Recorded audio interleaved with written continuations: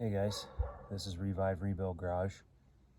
I bought this lawnmower at a yard sale probably about a month ago or so, and I paid next to nothing for it.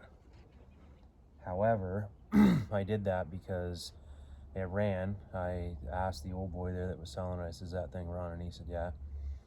2 or 3 poles fired up and it ran all right, so I figured, yeah, I'll buy it, which, I mean, the price was right, it was cheap, but anyways, I got it home and now of course it won't start, so I'm just going to do a video on this to show you guys here if you ever run into this where you have a lawnmower that either in a no start condition or it was running and now it just quit and it won't start, either or, right? So we're just going to go through the checklist here and one by one and figure out what the issue is here. So this one here I know nothing about because, like I said, I just bought it. But anyway, so we'll just go through all the basics and everything here. For starters, let's see if there's any oil in it. You don't want to be pulling on anything or firing anything up if there's no oil in it. It does have oil in it. I mean, it's at the mark. It's not the nicest oil I've ever seen. It's not terrible, but it smells like fuel a little bit too, probably because I've been pulling it over. So we checked the oil.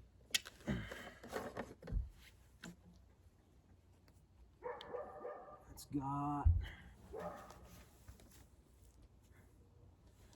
fuel in it. Should be enough to fire it up anyways. Whether it's any good, I don't know. Yeah, it doesn't smell too terrible.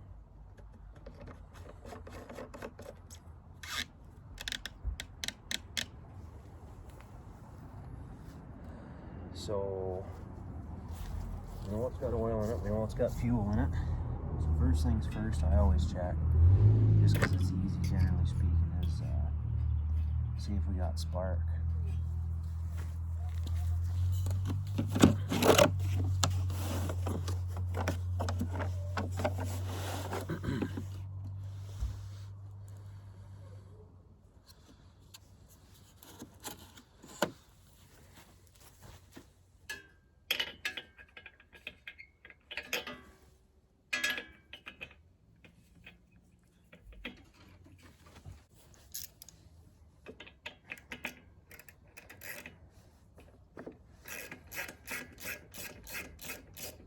Oh, by the way, this is a Yardworks push mower with 139cc power mower, overhead valve, 4-stroke, vertical shaft engine.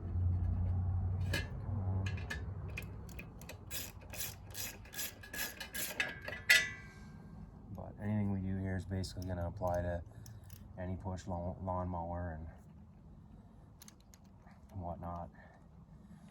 4-stroke yard equipment here. Alright, so we got the plug out. So now what we're going to do, if you're ever checking to see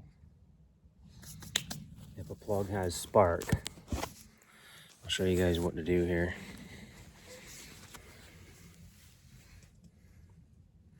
See that? You have to have that actual spark plug grounded out on metal.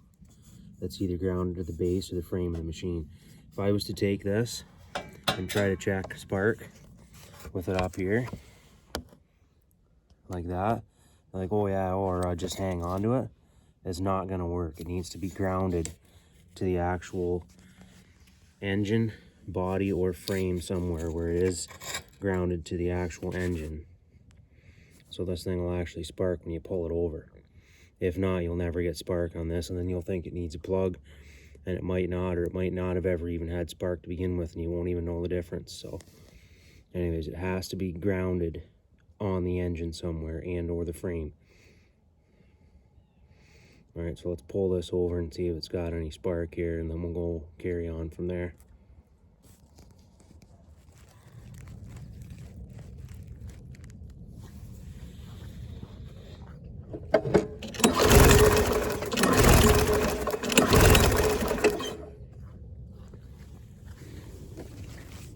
So you actually visually see that we have spark. And you could actually hear it too in that video. So basically we need 4 things, right?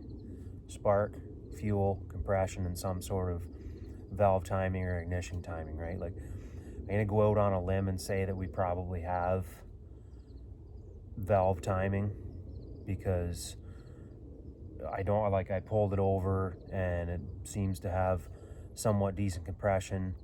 Also, it's not making any clanging or banging noises or anything else. Like, if it dropped a valve, you'd hear some pretty heavy duty banging and clanging and carrying on. So I mean, we can take that one off the list. That's a given basically, right?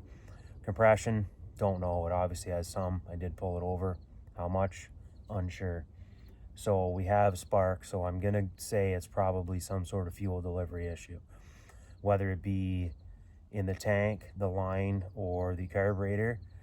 That I do not know, but anyways, so basically what I'm gonna do now, just to see if this is actually a runner, is I'm just gonna spray some brake clean. I've already got this spark plug out. I'm gonna spray some brake clean in the actual cylinder, and then I'm gonna roll it over and see what happens. If it fires up and runs, chances are it's probably only gonna burn what's in the cylinder because it's not actually drawing fuel. Having said that, I've also seen that if something is actually clogged in that carburetor, the vacuum that's created when you fire it up is enough to kind of suck that through, and it'll carry on running. But I don't know, let's try it out and we'll see what happens here.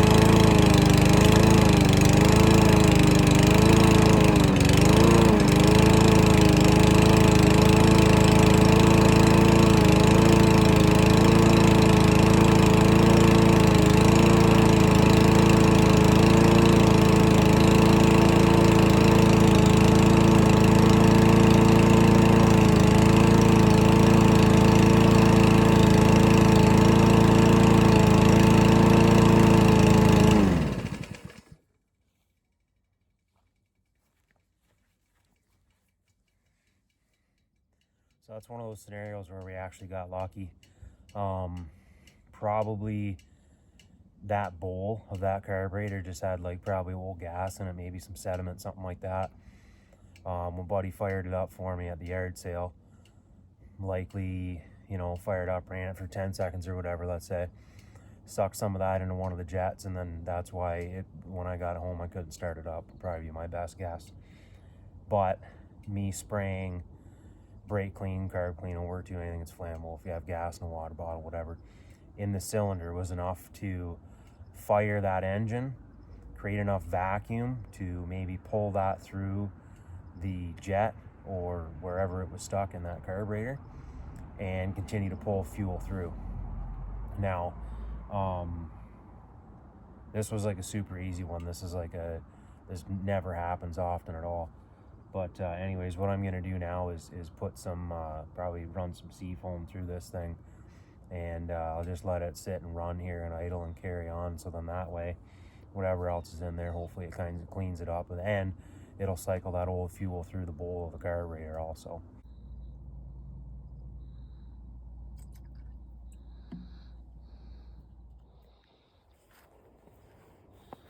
This is what I do if I'm gonna run a push lawnmower that has the dead man switch on it.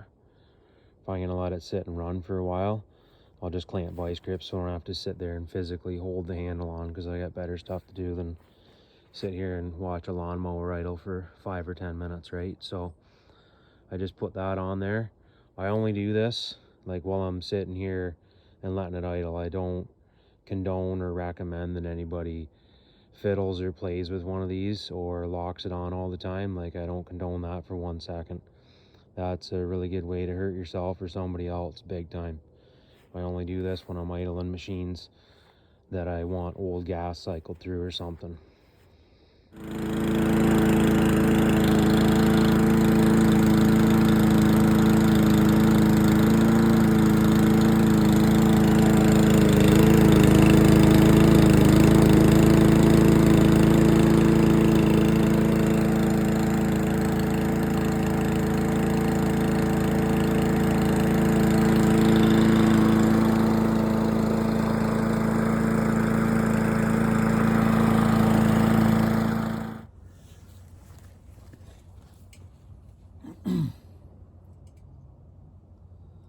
So let's just verify that this is actually going to fire up and run now that I've kind of cycled that old fuel through there. I got some seafoam and stuff in it, and it has ran for a bit. Let's just see what happens when I go to pull it over now.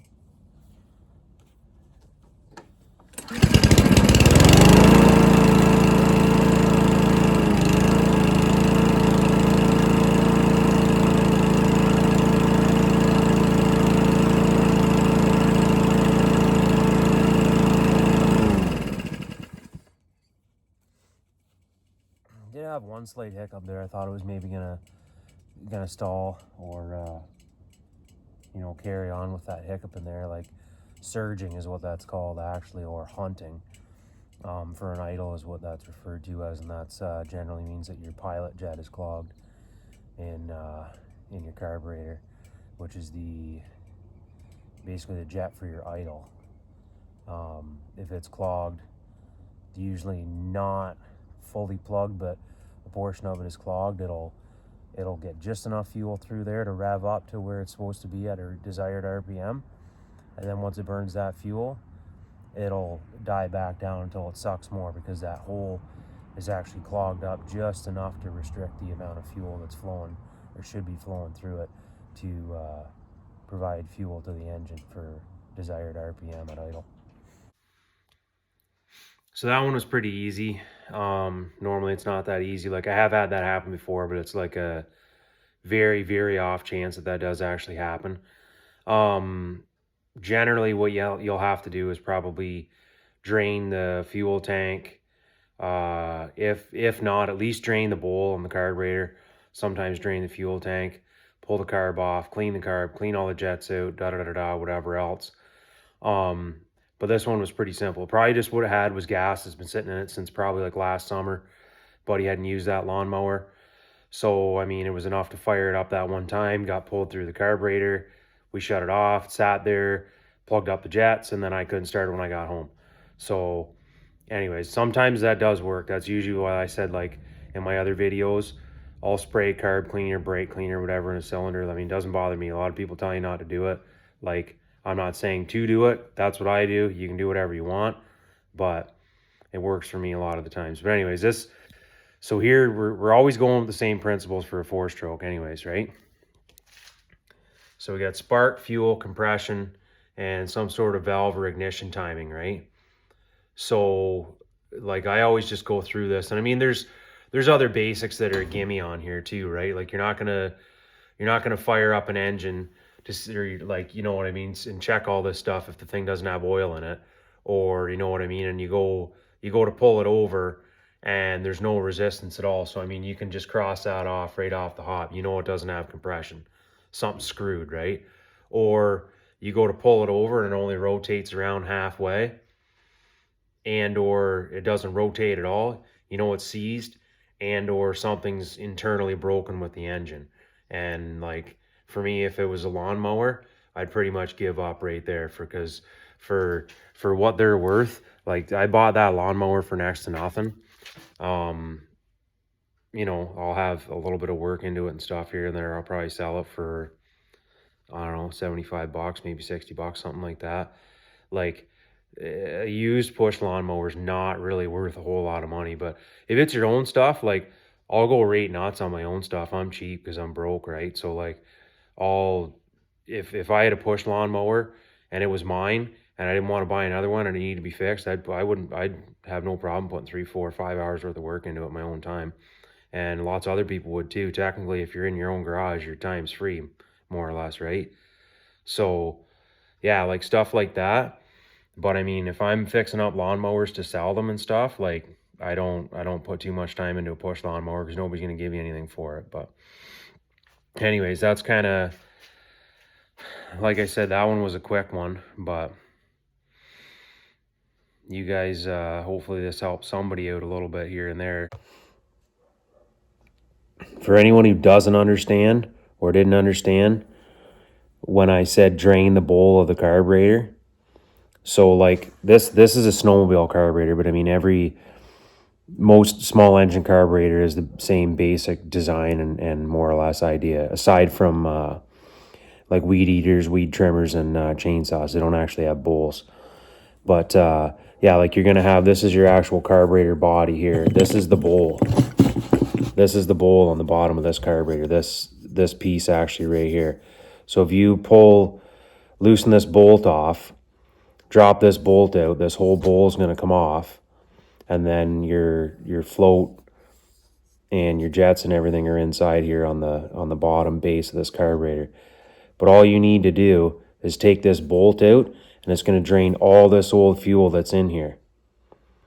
Sometimes that'll fix it right up like almost instantly. That's usually what I try first because it's easy and it's quick, right? So like this one's off a lawnmower, but when you pull it off, like this is off a totally different carburetor, but it's the same exact basic idea, right? Pretty well same thing. Your bowl's going to look like this. It's going to be on the bottom of your carburetor, but you loosen the bolt off on the bottom, this one or this one on this bowl. But this one or this one will drain the fuel out of the inside of this. And this is actually the float that's in there. But that's gonna drain that old fuel out, and hopefully that'll fix it up if it's just been sitting for a while and it's got old fuel in it. But it's always worth a shot. It takes 5 minutes or whatever. It's easy. I always usually try stuff like that first before I start ripping things apart. So that's basically it for this video. I do use a lot of this stuff. I pretty much run it like through all of my stuff, 2-stroke, 4-stroke, whatever, even running in my vehicles that I drive on the road. Occasionally, not all the time, but like especially I will run this and stuff before I put it away for the winter. Instead of running stuff like running anything that's carbureted like my lawnmowers and stuff like that, instead of running them right dry like the carburetors, I'll actually put sea foam in there and a little bit of fuel line de-icer, fuel line antifreeze, either or, same thing. I'll run that, cycle it through my machines, and I don't put them away with I don't fill the fuel tanks up or anything like that. People say to do that. I don't know if it makes a difference or not. I don't personally, never had an issue. Just for like in case they get moisture in them and stuff like that fuel line de-icer will actually help dissipate the water that's in it, right? And it'll actually burn with that fuel line de-icer. So anyways, that's it for this one, guys. Hopefully everybody learned something. Take it easy.